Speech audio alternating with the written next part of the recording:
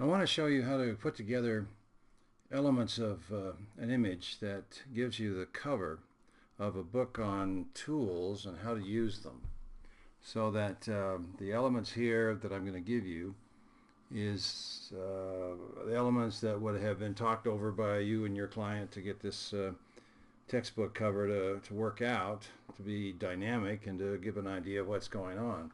Let me show you first the layer.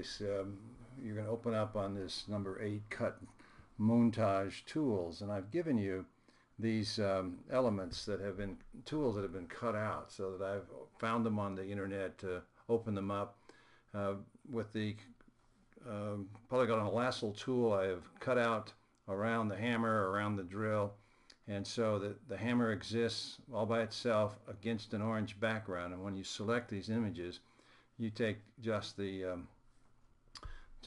shape itself to make it work. Now, I've also given you some pictures here. There's forest, and there's one over here of a sun coming up over a hedge in the backyard, and there's a lightning bolt flash picture that you can use there. So these are the tools then that are there to use. Normally I would have you cut them out. I'm trying to shorten this down a little bit so that you don't have to go through the long process, but eventually you cut things out, elements for your projects on your own. All right, now if I go back to Photoshop, I'm going to show you 3 examples of a montage collection of images to make things work in your behalf. Now I'm going to turn off the elements that are here already in the layers box and show you how they build up. This is a process that not only do you have to make the thing work, but you have to lay out the elements so that they balance, so that the size seems to be working, not necessarily to scale, but little things little and big things big, however it works out for you to get this to work. Now the first thing I'm going to go with is this lightning picture image that I've gotten from a source, and my element here is 8 by 10. That's the size of the cover, and so I'm going out 8 inches and down here 10 inches. That would be my first layer, or my canvas layer. But here's the picture at full width. Now it's a dramatic picture, and it's the storm cloud with a lightning bolt and some rain falling. Interestingly enough, the back edge here is black. And so if I put a complete layer down here of black to it, it's underneath the lightning layer. When I put that in, you see it. Then the black merges together here, and it makes the picture cover the full page. There it is without. And what am I going to put down there? Well, now there's nothing. But if I add a layer of black underneath it, it merges together, and I get a pretty dynamic picture to start with. One other thing that I've done is I've added a layer here what I call end flash. And that's just a little gradient, light blue, medium blue, dark blue, circular gradient that sits at the end of this. I'll turn this off. You can see, well, let's see there. It just sits there. And it's the tip of the lightning bolt. And just a little emphasis, a little excitement in the picture, but it's a little piece there that helps make that lightning bolt have something like it's striking the ground. Now, I have a toolbox that I have cut out, and it's informally laid out with the tray askew here and some tools showing, but that's the background for the tools I'm going to show. And then I have, I'll bring in an electric screwdriver, and I've got the needle nose pliers and regular pliers and a Phillips head electric screwdriver, a tape measure, and I'm going to stop it at that as far as the number of things I have in the picture, but they are sized, layered, and even though they're just sort of floating around, I'm trying to make it fit, and also leave space for where the title would go and where the name of the author's name would go. Now when I get into the lettering, you can see I've created the name of the author. I'm calling him Fred Bender. and that's just in a font that's on your machine, and I've put it down there on a layer and given it a color. I'm picking a color like the maroon out of this handle, or that would be color found somewhere else in the picture.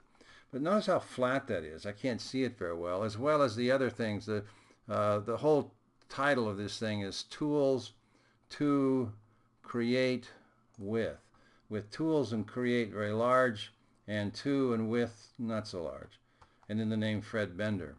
What I've done here though is created one layer out of all of these, and to do that you go with tools here and you select the word tools and hold down the layer tools. Now you've created that with a font on your machine, and hold down the command key, and you can select then the layer that has the to on it, the create on it, the width on it, and even the Fred Bender part of it. And that becomes, right now it's several layers, but if I come up here to my little options lines here, click on that, and it opens my options. I'm going to merge those layers, and notice they all come down now into one layer, and it took the name of the top layer, tools. I can rename that, but that layer now becomes, they're all connected on that layer. Now what I've done is I've made a layer here that is, it's the same thing, it's this layer, but I've added these effects using the filter effects down here in the bottom. I've put on a outer glow, I put on a bevel and emboss, and I haven't, sometimes I'll put on a drop shadow with that. But that gives me then, here's the letters. Now see, they're all affected because they're all on the same layer, but here is adding the bevel and emboss, where I've given it, if I open that up, you'll see by clicking on it, here's my bevel and emboss coming out of that filters layer. My lighting is coming from a certain direction, that I'm using, in this case, a white and a black. Now I could go to a very light red and a very dark red to show the highlights and the shadows, but this is enough to get it set so there's highlights, shadows, and a bit of a bevel to it, and you can size the bevels. This is something you should experiment with. And so I get the bevels. Then I've added this outer glow. Find it there. And the outer glow is, I've chosen an orange, and you can come in here and say what color you want and pick whatever color you want from their color bar here, and away you go.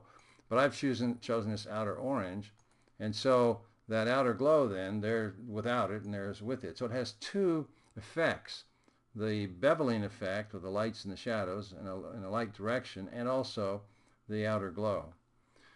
So that's the first one, and it's combined, and there's no reason why this plier, needle nose pliers, is flying up there. It just fits, and that fits, and that fits, and that fits. So it's not trying to be a realistic depiction of a tool scene. It's a montage, and they just fit together, and these have been cut out so there's no backgrounds to them. Now there's a second one here that I want to show you. Same thing, tools to create with, Fred Bender, and that tools title, actually I split those, but the title is in one layer and Fred Bender is on another, but they have the same color, the same information on the bevel, and the same glow behind. And again, taking the colors, the maroon from the handle of this needle nose pliers. If you want to see that color, you just come up here and get your little eyedropper thing, and if I click on the handle there, watch what happens to this color over here. It changes to that. It finds that color for you, or it finds this gray, or it finds this shiny metal, or it finds this green out here in the leaves. That's all done with this color picker, that little eyedropper tool. Well, then I have placed the same elements, kind of position them around, but let me turn all this off and show you what I did to the background. It's similar to what that was with the lightning background. I had a picture. Now remember, my lower layer here is it's black, and the image size of this layer is 8 by 10. The resolution is 400 and everything.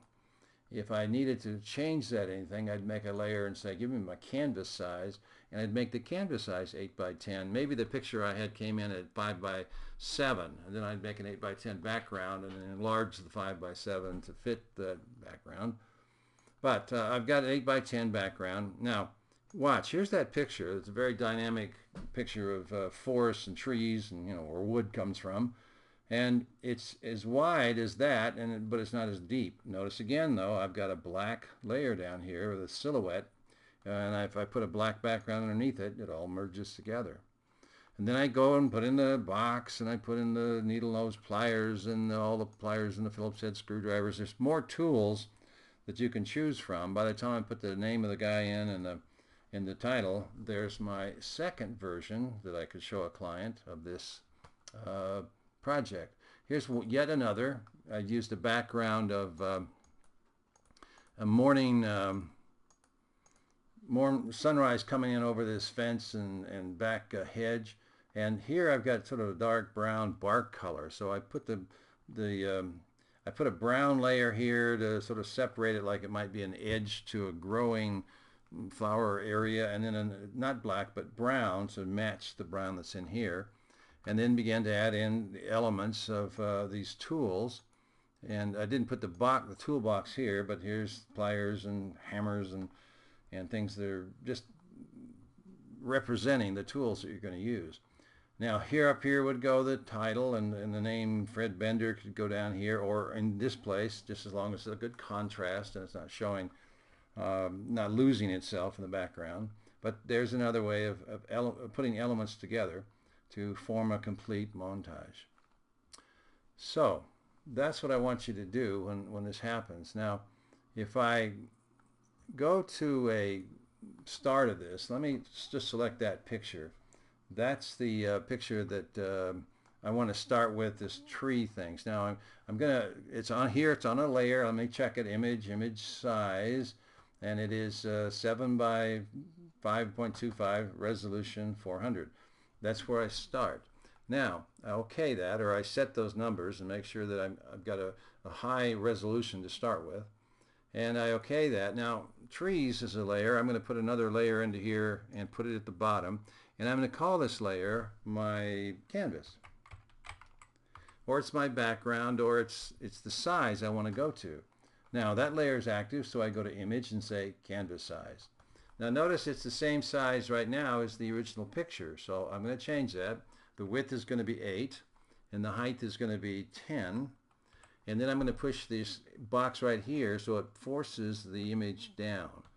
Rather than out or up, if I put it here, it would force the background up. But I'm going to force it down. And when I do this, you'll see what I mean. I'll back off on my navigator here so that you can see. Here's the original picture, the size it was. And here is the size that I need to be to. So I'll just take this picture, this layer trees, and bring it over here and put it to the corner. And then with my Show Transform controls on, I'll just get a hold of this corner box here, and with the Shift key down, I can resize it from left to right, same ratio, and bring it over as wide as I can. Hit my Move tool, and it says you want to apply it or not apply it. I do want to apply it, and so now it sits there a bit bigger, fitting that space.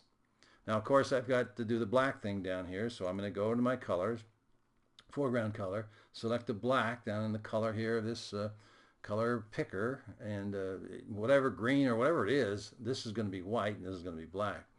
And so I have that. Now I go to my canvas layer, select it, to put the foreground color on that layer, hit the Option key and the Delete key, and that puts the color on that layer. It's behind the layer, so it's coming underneath this picture, and I see black merging. Now, to continue with this, if I want to, let's bring over a couple of elements so you can, I'm not going to finish this, I just want to see how you bring it over. I'm going to make a new layer here and come to my area here where I've got all my tools. Let's get a hold of this ball peen hammer. So I select it and it opens. And it's already processed. It is a image size. It's I'm making these elements not 7 but 4. They don't have to be very big because they're not going to be that big on the page. 4, and make the width 4, and whatever this chain lock here makes it just proportionate the same, resolution 400. That's okay. So now I go to the and I've got an effect on it. See the drop shadow effect? I'm going to turn that off for a minute and then take my magic wand tool and click on the negative space, and then come up here to select and say inverse. Now I have captured that hammer. Command C puts it on the clipboard. Then I go back to my fourth picture and to that layer 1 that I'll name hammer, but for right now I hit Command V as in Victor, and it drops in.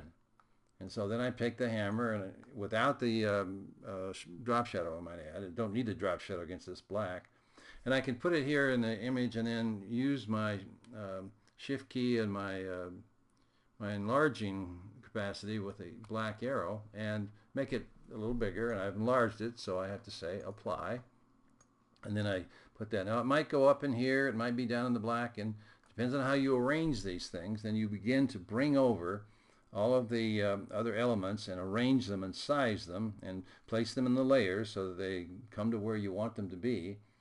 And as it turns out here, one is in front of the other, and I'm not too particularly cared about size because these pliers are really big compared to the toolbox, but just a nice layout. And then I created the letters, in this case one at a time, and then I put them all together so that the images that I put in the bevel and the outer glow would be the same for all the letters combined. So your assignment now is to take this these elements that I've given you here, and you can use some, all, whatever your choice is. There's more than you actually need here, and put them together in such a way that you produce your own version. Use one of these background images or get your own and put it together and make the tools to create with Fred Bender, or by Fred Bender. You don't have to say by, just the name. And he's probably a guy that has a program on PBS that shows you how to do tools and things. But put that together and then call it your tools cover and give us that your version of that back as you produced it in Photoshop.